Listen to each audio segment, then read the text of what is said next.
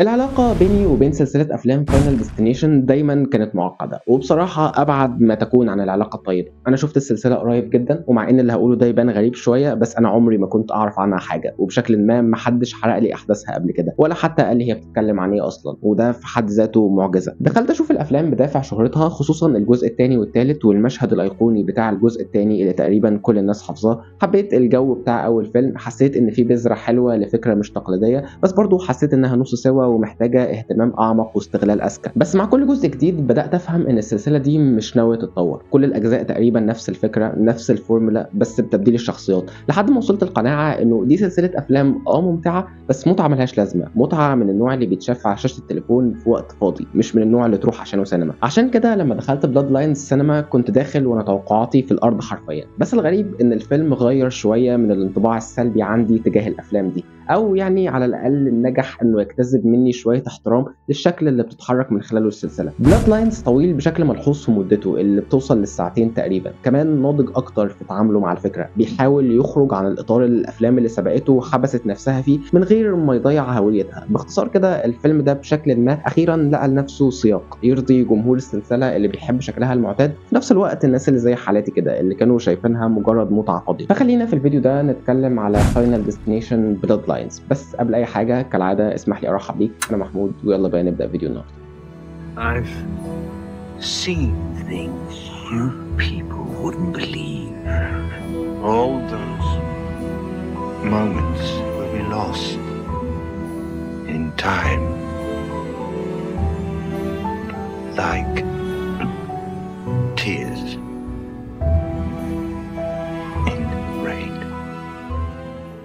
اللي عمره ما شاف افلام فاينل ديستنيشن فهي سلسله افلام رعب مكونه من 5 اجزاء وده الجزء السادس، وخليني اقول لك كده على القاعده الذهبيه اللي بتتحرك عليها كل اجزاء السلسله تقريبا من غير ما تتغير. مجموعه من الناس غالبا اصدقاء او اهل بيكونوا في مكان مزدحم، وفجاه واحد منهم بيجيله احساس غريب او ما يشبه الرؤيه كده انه كارثه كبيره هتحصل دلوقتي وهتقضي على الكل، فبيفوق وينتفض ويحذر كل اللي حواليه. طبعا اغلبهم بيضحك عليه، شويه منهم بيصدقوه ويخرجوا معاه، والمفاجأة كل اللي شافه بيتحقق بالحرف في الثانية اللي بعدها. ولما بيظن الشخص ده هو والناس اللي معاه انهم محظوظين وانهم قدروا ينجوا من الكارثة دي بإشارة إلهية او حاجة، وان خلاص الموضوع انتهى ويقدروا يرجعوا لحياتهم الطبيعية، بيكتشفوا ان دي بس البداية، لانه في بطل كمان غير مرئي اسمه الموت. هذا البطل صعب تضحك عليه او تخدعه، وبالفعل بيرجع علشان ياخدهم واحد ورا التاني بأساليب مبتكرة وبشعة. الجزء الجديد بقى بلاد لاينز بيبدأ بنفس النغمة، بطلتنا ايريس بتشوف الكارثة وبتنقذ الناس وبتهرب بنفسها، بس بدل ما الموت يقدر يوصل لها على طول هي بتنجح تهرب لفتره طويله كفايه علشان تكون عيله، والعيله دي تكبر. بس كالعاده الموت ما بينساش، بيرجع بعد سنين طويله وفي لحظه استهتار من ايريس اخيرا بينجح في القضاء عليها.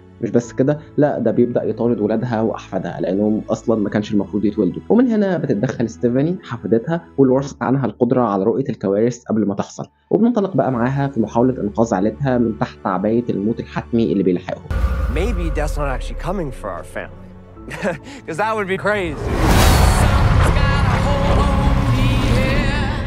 مشكلتي الأساسية مع أفلام فاينل ديستنيشن مش هي تكرار الفكرة بنفس تفاصيلها في كل فيلم، دي حاجة أنا كنت خلاص بدأت أتعود عليها وأتقبل إنها السيجنتشر بتاعت السلسلة تحديدا، وإن صناعها دايما بيحاولوا يبتكروا في تقديم طرق جديدة ومجنونة لموت أبطالنا. فأنت المفروض بعد تاني فيلم تقريبا تبقى فاهم إنك داخل تشوف ده، داخل تستمتع بجرعه دمويه واثاره وتشوف ازاي الابطال هيهزموا قدام الموت. لكن انا مشكلتي هي انهم بيقدموا شرير اللي هو الموت، اللي هو المفروض حاجه ضخمه وكبيره وقاتمه ومجرد ذكرها المفروض تخاف وتترعب، ففكره انك تحصره ضمن النطاق الصغير ده وتتعامل معاه على انه حاجه غبيه سهل نضحك عليها وسهل يخش في تحدي مع البشر ينتصر مره ويهزم مره، فالموضوع بيفقد قيمته مع الوقت. حدث موت الشخص نفسه بيبقى غير مؤثر مع توالي الاحداث، فاللي هو بتلاقي نفسك بتقول انه ايه ده، هو ده مات، اوكي يلا بالسلامه اللي بعده بقى. تحديدا ان الافلام مش بتبقى مهتمه اطلاقا بانها ترسم اي معالم تخليك تهتم بابطالها، اللي هو هم موجودين بس علشان نموتهم. فمع الوقت الفكره اللي كانت جذابه في اول فيلم بتبقى كرنج ومضحكه،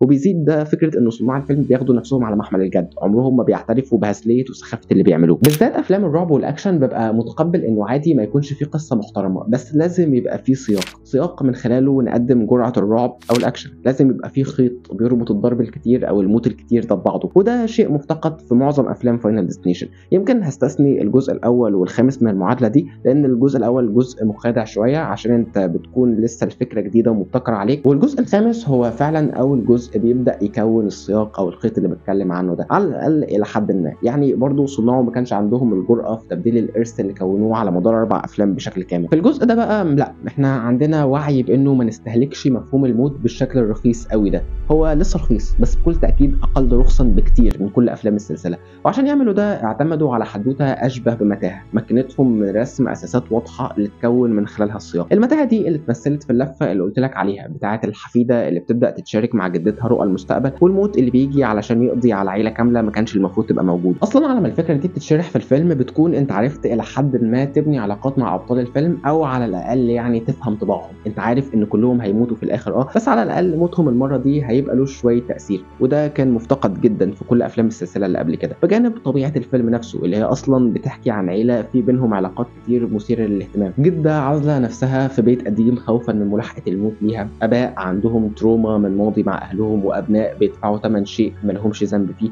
في ديناميكيه كده بتخليك تسال وتهتم انك تعرف.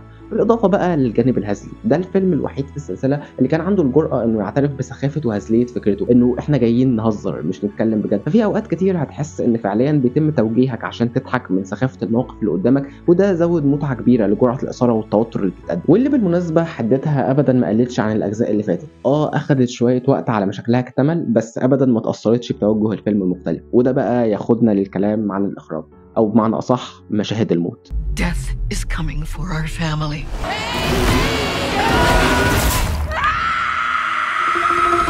بلاد لاينز من اخراج الثنائي زاك ليبوفسكي وادم ستين. الثنائي عملوا مع بعض مجموعه افلام قبل كده، لكن طبعا انا ما شفتش منها حاجه، بس هنا قدموا مجهود يحترم جدا في محاوله الخروج من نمطيه مشاهد الموت واستعاده تاثيرها عند المشاهد.